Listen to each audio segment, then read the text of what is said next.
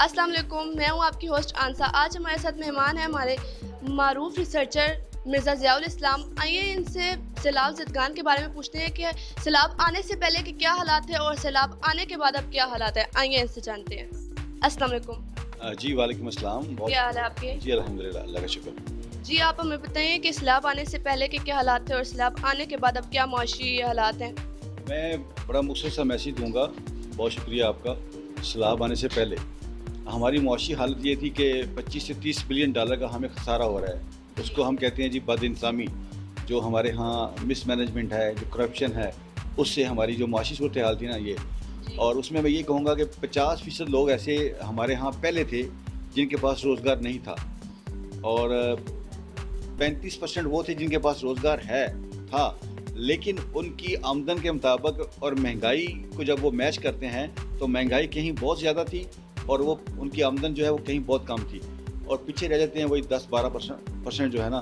ان کے لیے جو مہنگائی کوئی معنی نہیں رکھتی، مہنگائی جتنی مرضی ہو، ہاں ابھی جو مہنگائی ہے اس سے اگر 50 گنا زیادہ بھی ہو جائے، 100 گنا زیادہ ہو جائے تو ان کے لیے کوئی ایشو نہیں ہے۔ یہ تو پہلے کی صورتحال ہے۔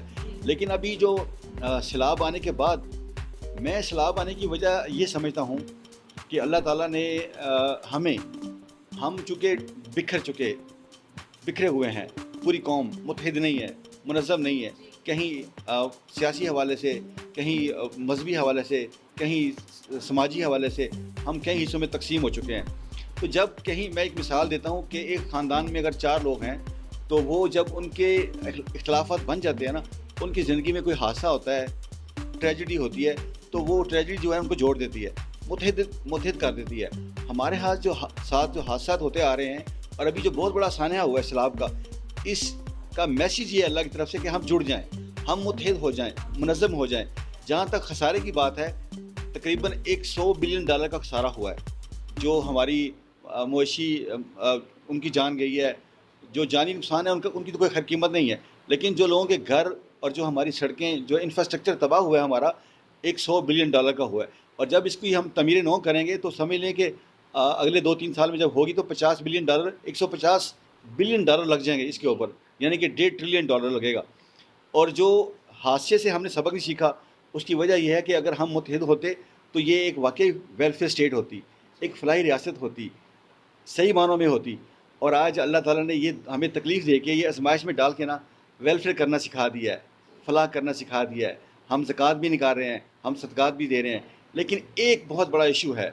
وہ ایشو یہ ہے کہ کم از کم 40 لاکھ حصوں میں ہم خدمت کر رہے ہیں ان کی۔ یہ ایک قوم بن کے، ایک پریزیڈنٹ یا پرائم منسٹر، یہ ایک اکاؤنٹ ہوتا، جو لوگ بھی ڈونیٹ کر رہے ہیں، جو بھی ڈونیشن دیتے، خواہ وہ فنڈ ہے، خواہ وہ اناج ہے، خواہ وہ بستر ہیں، خواہ وہ ان کے لباس ہیں یا برتن ہے یا وٹ سو ایور کچھ بھی ہے، ایک اکاؤنٹ ہوتا اور پوری قوم کو پتہ ہوتا کہ جی فلاں صوبے کا اتنا لاس ہوا ہے اور ان کی تعمیر نو کرنی ہے ہم نے، ان کی صحت کا خیال رکھا جاتا۔ یہ بڑے دکھ کی بات ہے، آج اسکولوں میں ہو رہا ہے، کالجوں میں ہو رہا ہے، یونیورسٹیز میں ہو رہا ہے، ہاسپٹلس کر رہے ہیں، ڈاکٹرز کر رہے ہیں، این جی اوز کر رہی ہیں، دینی تنظیمیں کر رہی ہیں، سیاسی تنظیمیں کر رہی ہیں، صوبائی حکومت کر رہی ہے، ضلعی حکومتیں کر رہی ہیں، وفاقی حکومت کر رہی ہے، اور باہر سے فنڈنگ ہو رہی ہے۔ باہر سے فنڈنگ ہو رہی ہے، وہ تو ہونی چاہیے، لیکن وہ ایک نیشنل اکاؤنٹ، اب نیشنل لیول پہ ایک اکاؤنٹ ہوتا، ساری فنڈنگ وہیں پہ ہوتی۔ اور اب یہ موقع تھا ہمیں متحد ہونے کا، ہمیں منظم ہونے کا، یہاں سے سبق سیکھ کے جو ڈیم ہمارے لیے ضروری ہے، جس طرح پاکستان کے دفاع کو مضبوط کیا گیا، آج سے 35-40 سال پہلے عہد کیا گیا کہ ہم نے، جب پاکستان 2 لخت ہوا تو پاکستان کو ہم نے دفاعی لحاظ سے مضبوط کیا۔ آج الحمدللہ پاکستان اسلامی ممالک میں پہلے نمبر پہ، پہلی ایٹمی قوت ہے، اور دنیا میں 7ویں نمبر پہ ایٹمی قوت ہے۔ اسی طرح ہم اپنے آپ کو آج اگر عہد کرتے ہیں معاشی لحاظ سے مستحکم کرنے کے لیے، تو اس کے لیے ہمیں ایک قوم ہونا پڑے گا۔ یہ جو ہماری خاص طور پہ سیاسی اختلافات ہیں اور سیاسی جنگ ہے اور کشمکش ہے، اور کچھ لوگ سیاسی محفلیں لگا کے بیٹھے ہیں، میری ایک فکری شخص ہونے کی حیثیت سے ان سے گزارش یہ ہے کہ آئیے ہم متحد ہو جائیں، ایک قوم ہو جائیں، اور یہ ساری تکلیف کو اپنی تکلیف سمجھتے ہوئے ہم اس مسئلے کو حل کریں، اور پاکستان اگلے 5 سال 10 سالوں میں انشاءاللہ خود مختار، خود دار، خود کفیل ہوگا۔ اب ہمیں کیا سیلاب زدگان کے جو لوگ ہیں یہ ان کے لیے کیا ہمیں حکمت عملی کرنی چاہیے؟ حکمت عملی محترمہ صرف یہی ہے کہ ابھی پچھلے اگر 2 ہفتوں میں ہم ٹکڑوں میں تقسیم تھے نا، جو فنڈنگ ہو رہی ہے ہر مدرسہ ہر تنظیم کر رہی ہے، پریزیڈنٹ پرائم منسٹر کو ایک پیج پہ آنا چاہیے، آرمی چیف کو ایک پیج پہ آنا چاہیے، یہ تینوں سٹیک ہولڈرز ہیں آپ کے، عدلیہ کو ایک پیج پہ آنا چاہیے، ٹھیک ہے، ان کو اعلان کرنا چاہیے کہ پوری قوم اس میں ایک اکاؤنٹ ہے، جو فنڈنگ ہو رہی ہے نہ کسی کو آپ کہیں جی فلاں بندہ چیٹنگ کر رہا ہے، فلاں چیٹنگ کرے گا، فلاں کو کالز کے ذریعے فنڈ آ رہا ہے، یہ ہو رہا ہے وہ ہو رہا ہے، ایک اکاؤنٹ میں پیسہ آئے اور وہی سارا اس کی ایک چیک اینڈ بیلنس ہو، ٹھیک ہے، اور پتہ ہو کہ اس ڈسٹرکٹ میں اتنا نقصان ہے، سب کی تعمیریں نہ کریں.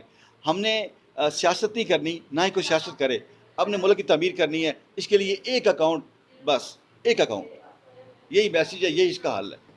جی تو مرزا ضیاء الاسلام صاحب آپ کا بہت بہت شکریہ. جی آپ کا بھی میں مشکور ہوں کہ آپ نے مجھے موقع دیا، بہت شکریہ آپ کا. جی تو مرزا ضیاء الاسلام صاحب کی باتوں کا یہی لب لباب تھا کہ ہم سب کو ایک اکاؤنٹ ہونا چاہیے جس میں تمام فنڈنگ ہو سکے. جی مجھے اجازت دیجیے، اللہ حافظ.